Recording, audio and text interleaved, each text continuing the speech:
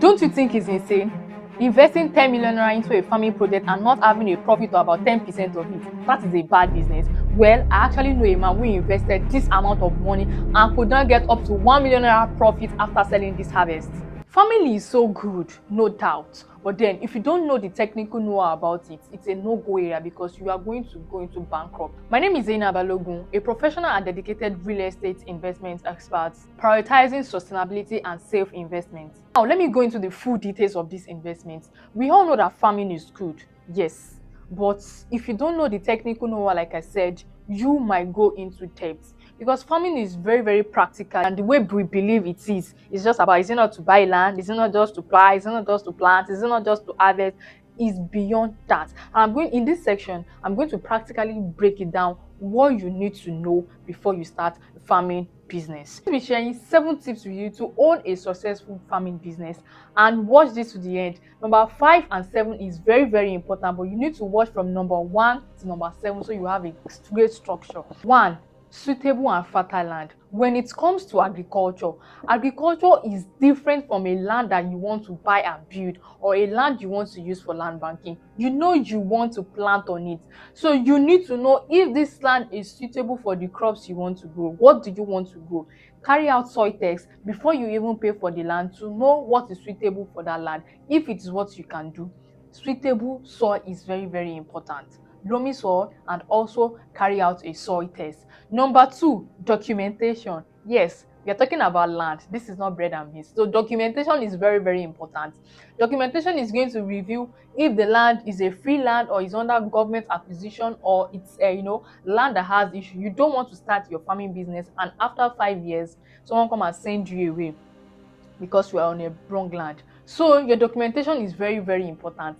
We are still talking about real estate, and when you're talking about real estate, documentation is second to when it comes to real estate. Now we are going to the third aspect. 3, location and accessibility. This is the place many people get it wrong. Let me tell you, statistically 50% of the farm products get spoiled even before they get to the market. Why? Because there is bad road, inaccessible road. For example, let's take tomatoes as example. 70% of tomato get spoiled before they even get to the actual market. So they're only selling about 30%. You don't want to run on a lose, especially when you're still running on a small scale. So accessibility. Wherever your farmland must be, there must be a road. And if there is no road, you must be able to create a road for it. For example, egg. If you're doing rearing chicken or anything that produce egg, and you are in a place that the location is inaccessible, there is bad road, this egg might get break even before you get to your destination or before you get to the market. Accessible road is very, very important. 4th, markets. These are the things you need to work out before you even plan on buying the land. Market. Before you start growing the seed, before you start planting, who do you want to serve? I heard a lot of things like farm produce we eat every day, so everybody will eat it. You don't want to produce 100% of things and at the end you sell only 15 to 20%. What happens to the 80%? You cannot eat it all yourself. So your market, who are you serving? Who do you want to sell for? What are you planting for? Who will buy from you? Carry out your market analysis. Go out your visibility study. Who do you want to sell to? Your products. Who do you want to sell your products to? Do you want to sell to industry? Do you want to sell to people that want to eat it? Do you want to sell to marketers? Carry out your visibility study. Who do you want to sell these products to? And make them liaise with them. Oh, I want to plant this also thing. By 6 months, by 8 months, you should be harvest. You should have at least 50% of people that already are aware about your products, and when harvest period is arriving, you can easily sell to them and they will buy with no stress. This is the mistake most people make. After they've planted, after they harvested, after they bring it out, they'll now be looking for who to buy. And while looking for who to buy, most of these things are perishable, they get spoiled. Next is the 5th one, storage facility and handling. Storage facility and handling is very, very important if you want to run a successful agribusiness. Where do you store this thing? You understand that you might not be able to sell everything at once, How do you store them? How do you protect them? How do you keep these things still perishable? How do you keep them still fresh? Because lack of proper storage facility will make this food get rotten and they will get spoiled, and this is a loss at your end.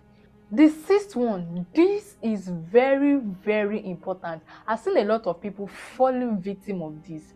What seedling are you planting? The seedling matters, because if you have carried out I talked about carrying out your market analysis. If you've done your market analysis well, that will give you idea of what to plant, the type of species to plant. Let's take cassava for example. I want to go into cassava farming. Majority of people will just get land, get seedling for cassava and start planting without knowing the species of what they are planting. After harvest time, they carry it to the market, come and buy. They'll start asking, what is this species? Oh, we don't buy this species. This is the species we buy. And you are left with, how do I sell this thing? What seedling are you planting? So I'm going to be using cassava as a case study in this video. Cassava, the botanical name is Manioc esculenta, and it has 5 species. TMS 30572, maturity between 12 to 15 months, and TMS is required to have Tropical Manioc esculenta.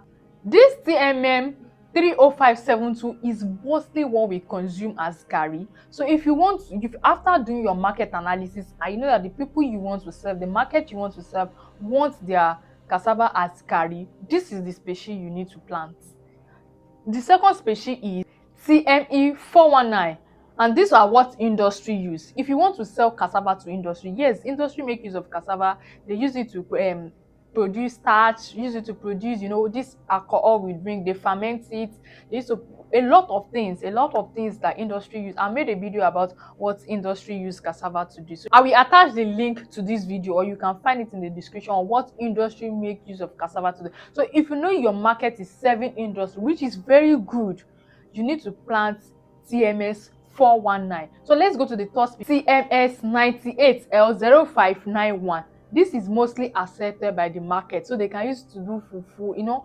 When it comes to what we can eat, the cassava we can turn into another produce and eat. So this species is very, very good for it, and is usually between 8 to 10 months.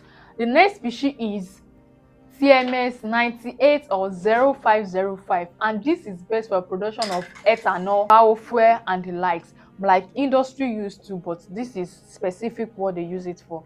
So the last one is TMS 91, and this is a combination of both local and industry. That means local people can use it and also for industry use. So it's what we call TMS 91. So after doing your market analysis, you will know the market you want to serve and what they need, so you can plant and just provide them with the product. Not like after planting you start looking for the market.